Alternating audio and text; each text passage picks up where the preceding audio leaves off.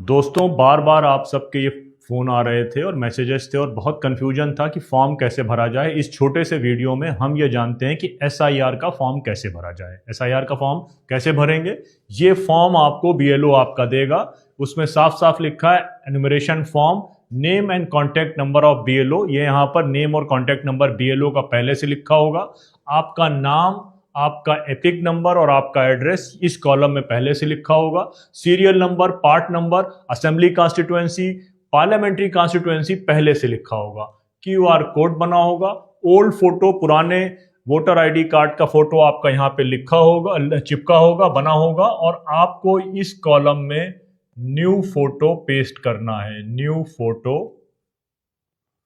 Photo यहां पर आपको अपनी चिपका देनी है। अब आपको यहां पर अपनी डेट ऑफ बर्थ भरनी है। 01/01/1983।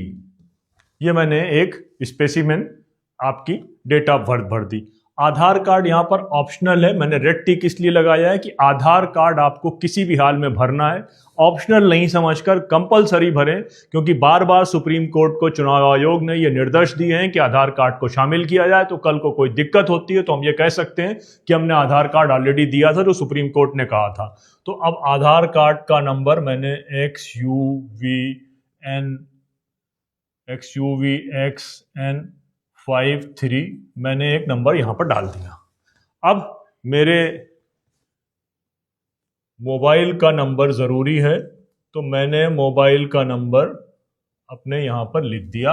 मोबाइल नंबर इसलिए ज़रूरी है ताकि कल को कोई दिक्कत होती है तो जब इंटरिम लिस्ट आएगी तो शायद कोई बीएलओ मुझसे संपर्क करना चाहे तो मेरा मोबाइल नंबर ज़रूरी है। और आने वाले दिनों में भी मोबाइल नंबर की उपयोगिता होगी, उसको हम बाद में समझ लेंगे। उसके बाद फादर का नेम, मेरे फादर का नाम मैंने लिख दिया। अब फादर का एपिक नंबर मेरे पास है अगर, तो मैंने एपिक नंबर EWNCY5 ये एपिक नंबर लिख दिया। अब मदर नेम अगर है तो भर दें, नहीं है मदर नेम में आपके पास में डिटेल तो छोड़ भी सकते हैं।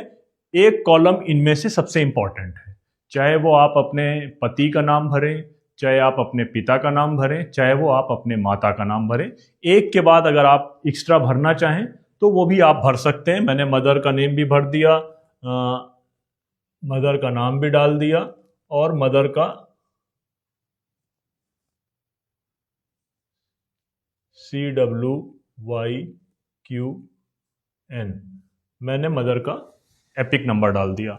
अब दो अगर डाल दिए तो तीसरा मैंने छोड़ना चाहूं तो छोड़ सकता हूं। तो इस तरह से इस फॉर्म को हम भरेंगे, भरना चाहें भरें। तीसरे को ऑप्शनल है, इस ऑप्शनल को दिखाने के लिए मैंने ये छोड़ दिया है।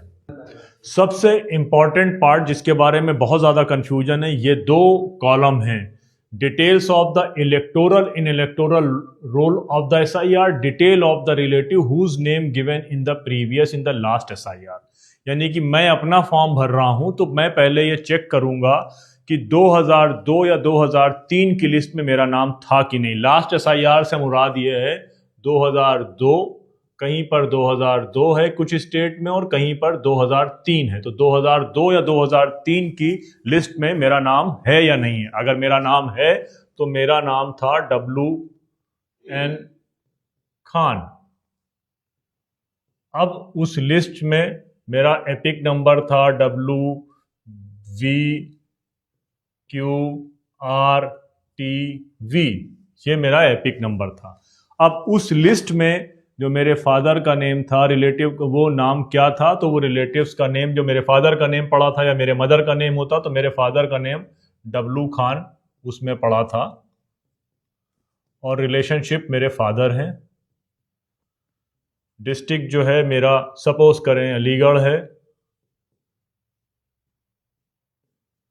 स्टेट यूपी है, असेंबली कॉन्स्टिट्यूएंसी कोल है, असेंबली कॉन्स्टिट्यूएंसी नंबर 7 है, पार्ट नंबर 8 है, सीरियल नंबर 9 है।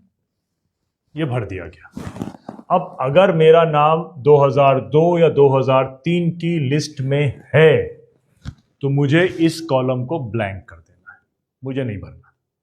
अब अगर 2002 या 2003 की लिस्ट में मेरा नाम नहीं है तब इस कॉलम को भरना पड़ेगा। तो अगर मैंने इस कॉलम को भर दिया तो यहां पर मुझे थंब इंप्रेशन, अंगूठे का निशान, या जो सिग्नेचर है वो सिग्नेचर लेकर नीचे बीएलओ से रिसीविंग लेनी होगी। अब हम ये मान के चलते हैं कि मेरा नाम था, मेरा फॉर्म कंप्लीट हो गया। अब सपोज करें कि मेरे पास 2002 या 2003 की लिस्ट में मेरा नाम नहीं था, मेरे फादर का नाम था, मेरी मदर का नाम था, उनमें से मैं किसी का नाम भरता हूं। तो मेरे फादर का नाम डब्लू खान था, उनका एपिक नंबर QTWVU ये था। उनके फादर का नाम उस लिस्ट में क्या था, या उनके फादर का नाम क्या था, तो मेरे ग्रैंडफादर का नाम था एल खान, मैंने एल खान लिख दिया। रिलेशनशिप क्या थे, उनके फादर थे। डिस्ट्रिक्ट क्या था, डिस्ट्रिक्ट हमने अलीगढ़ भरा था, अलीगढ़ स्टेट यूपी, विधानसभा कोड। अब विधानसभा का नंबर हमने मान लिया 67, पार्ट नंबर 82, सीरियल नंबर 79। ये हमारा फॉर्म भर गया। अब यहाँ पर एक कंफ्यूजन ये होता है कि बहुत से लोग कहते हैं मेरे फादर का भी नाम नहीं था, मेरे चाचा का नाम था, मेरे भाई का नाम है, या मेरे किसी रिलेटिव का नाम है। तो आपको क्या करना है, यहाँ पर चाचा का नाम है तो चाचा का नाम भर देना है। सपोज करिए मेरे चाचा का नाम होता तो मैंने चाचा का नाम भर दिया, उनका एपिक नंबर जो भी है QQ वो डाल दिया, उनके फादर का नाम जो भी है वो डाल दिया, या यहाँ पर चाचा के नाम की जगह भाई का नाम होता तो मैंने भाई का नाम डाल दिया, उनका वो डाल दिया, रिलेशनशिप उनके फादर थे उनका नाम डाल दिया, और ये सेम भर दिया। ये हमारा फॉर्म भर गया। एक बार आप अगर इसको दोबारा से देखना चाहेंगे तो हम इस कंफ्यूजन को दूर करने की कोशिश करते हैं। अगर मेरा नाम 2002 की लिस्ट में है तो मैं अपना नाम भरूंगा, एपिक नंबर भरूंगा, अपने फादर का नाम भरूंगा, रिलेशनशिप क्या थे वो फादर भरूंगा, डिस्ट्रिक्ट भरूंगा, स्टेट भरूंगा, असेंबली कॉन्स्टिट्यूएंसी, इस पार्ट को खाली छोड़ दूंगा। लेकिन अगर मेरा नाम 2002 या 3 की लिस्ट में नहीं है, मेरे फादर का है, तो मेरे फादर का नाम होगा, फादर के नाम के अलावा मदर का नाम है तो मदर का नाम भर जाएगा, चाचा या बड़े भाई का नाम होगा तो वो भरा जाएगा, फिर उनका एपिक नंबर, उनके फादर रिलेटिव्स का नेम, यानी कि उनके फादर का name, relationship, father, district, state, और ये फॉर्म आपका कंप्लीट भर गया। बस इतनी सी बात है, ये फॉर्म आपको ऐसे भरना है। Thank you.